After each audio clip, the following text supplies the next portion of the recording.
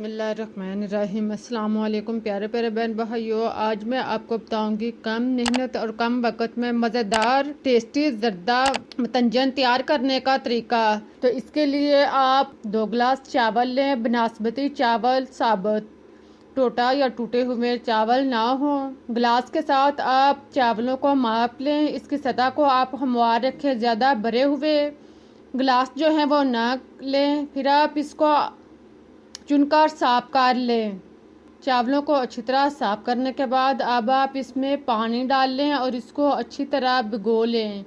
इसका पानी आप 2-3 दफ़ा उतारें और चावलों को साफ करके एक साइड पर रख दें। इसे आप 30 मिनट के लिए भिगो दें। अब आप कढ़ाई में पानी बॉयल करें, इसमें लौंग 4 से 5 अदद, बड़ी इलायची 1 अदद, नमक 1 चम्मच डालकर इसको आप मिक्स कर लें। इन सारी चीज़ों को आप पानी के अंदर मिक्स करें। फिर आप भिगे हुए चावल इसमें शामिल करें। चावलों को आप पानी के अंदर डालें और फिर आप इसी बर्तन में थोड़ा सा पानी डालकर बर्तन को साफ कर लें।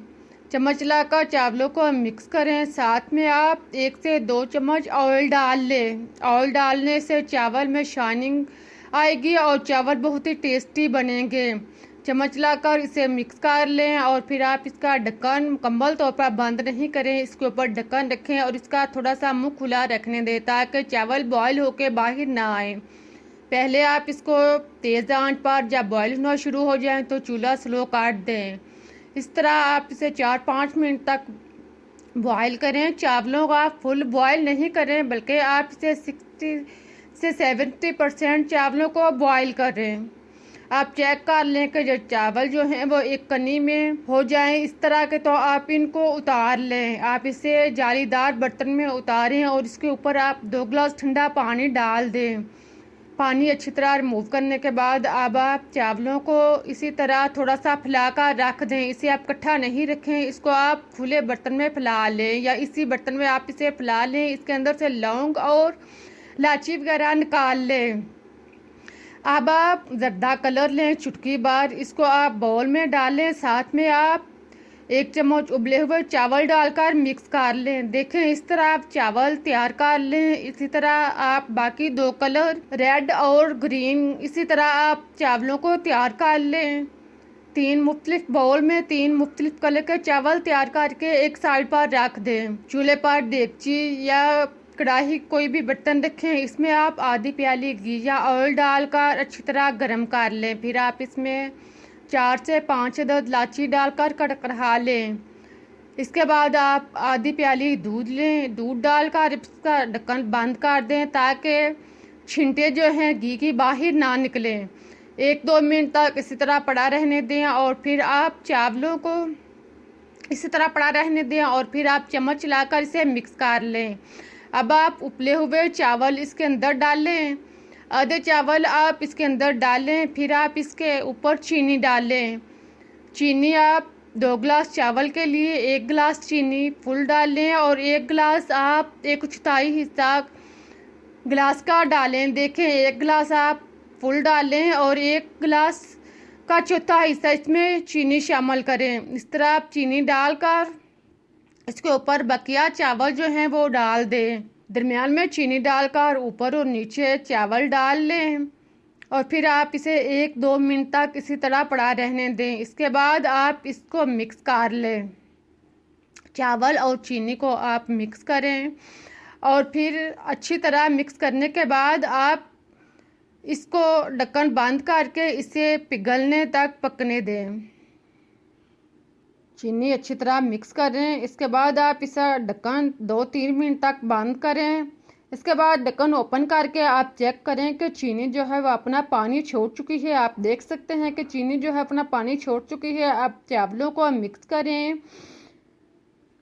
और चीनी को चावल के अंदर जज़ब होने तक पकने दें।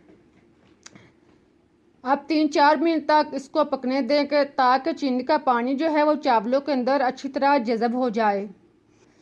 आप देखें चीनी का पानी जो है वो मुकम्मल तौर पर खुश्क हो चुका है। अब आप चावलों की तह को हमवार कर लें, इसे सीधा कर लें। पहले आप इसे मिक्स कर लें और फिर आप इसकी तह को हमवार कर लें।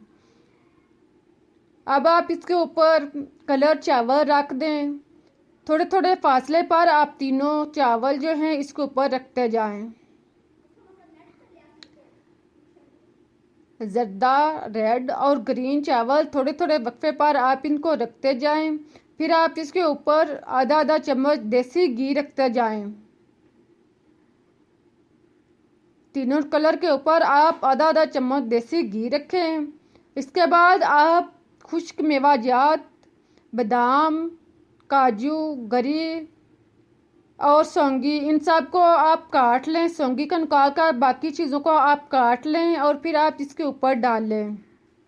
कटे हुए मेवाजात डालने के बाद अब आप इसके ऊपर रसगुल्ले रखें। रसगुल्ले आप मुख्तलिफ कलर के भी ले सकते हैं या आप वाइट, जो भी आपके पास रसगुल्ले हों वो आप इसके ऊपर रखें।